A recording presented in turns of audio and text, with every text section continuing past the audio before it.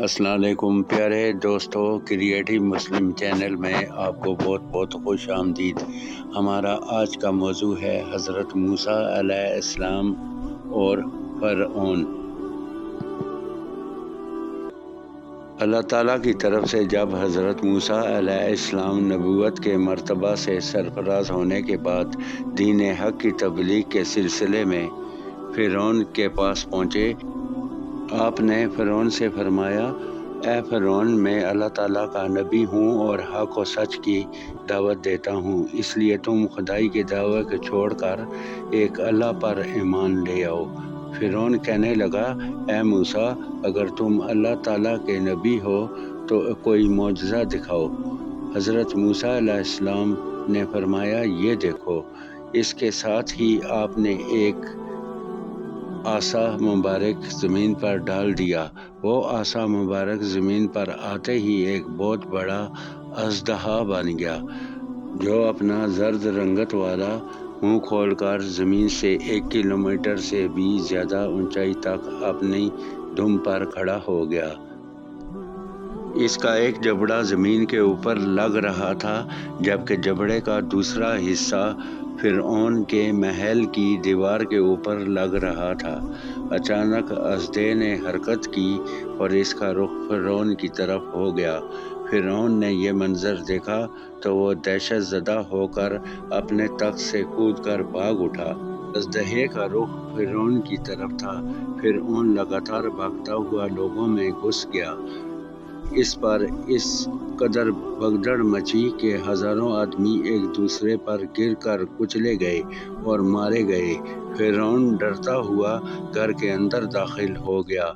اس نے چیخ و پکار شروع کر دی اور کہا، اے موسیٰ، تجھے اس کی قسم جس نے تجھ کو نبی بنایا، اس کو پکڑ لو۔ چنانچہ حضرت موسیٰ علیہ السلام نے اس کو اٹھایا تو وہ اژدہا پہلے کی طرح عصا مبارک بن گیا۔ اس پر فرعون نے سکون کا سانس لیا۔ یہ معجزہ پاک دیکھ کر بھی فرعون اللہ تعالیٰ کی وحدانیت پر ایمان نہ لایا اور پھر اپنی مشرکانہ حرکتوں میں لگ گیا، لیکن حضرت موسیٰ علیہ السلام نے بھی ہمت نہ ہاری اور بار بار فرعون کے دربار شاہی میں اللہ رب العزت کی طرف بلانے کے لیے کلمہ حق بلند کرتے رہے۔ دوستو، ہمارا ایک اور موضوع ہے دریائے نیل کے نام خط۔ جب حضرت عمرو ابن العاص رضی اللہ تعالیٰ عنہ نے مصر فتح کیا تو اہل مصر نے فاتح مصر ابن العاص رضی اللہ تعالیٰ عنہ سے کہا کہ ہمارے ملک میں کاشتکاری کا سارا دار و مدار دریائے نیل پر ہے۔ ہمارا یہ دستور ہے کہ ہر سال ایک حسین و جمیل کنواری لڑکی دریا میں ڈالی جاتی ہے، اور اگر ہم نے ایسا نہ کیا تو دریائے نیل خشک ہو جاتا ہے اور قحط پڑ جاتا ہے۔ حضرت عمرو ابن العاص رضی اللہ تعالیٰ عنہ نے انہیں اس رسم سے روکنے کا حکم دیا۔ جب دریا سوکھنا شروع ہوا تو حضرت عمرو ابن العاص رضی اللہ تعالیٰ عنہ نے یہ واقعہ حضرت فاروق اعظم رضی اللہ تعالیٰ عنہ کو خط میں لکھا۔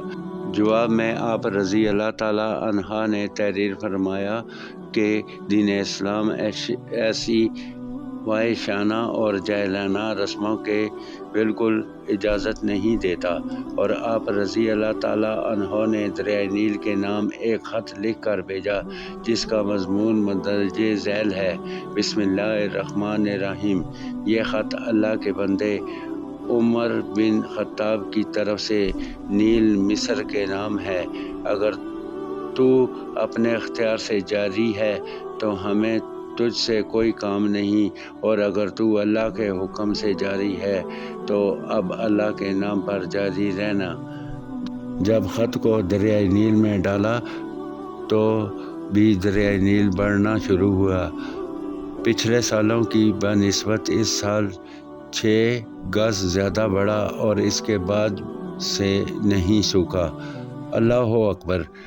دوستو امید ہے آپ کو ہماری ویڈیوز پسند آئی ہوں گی۔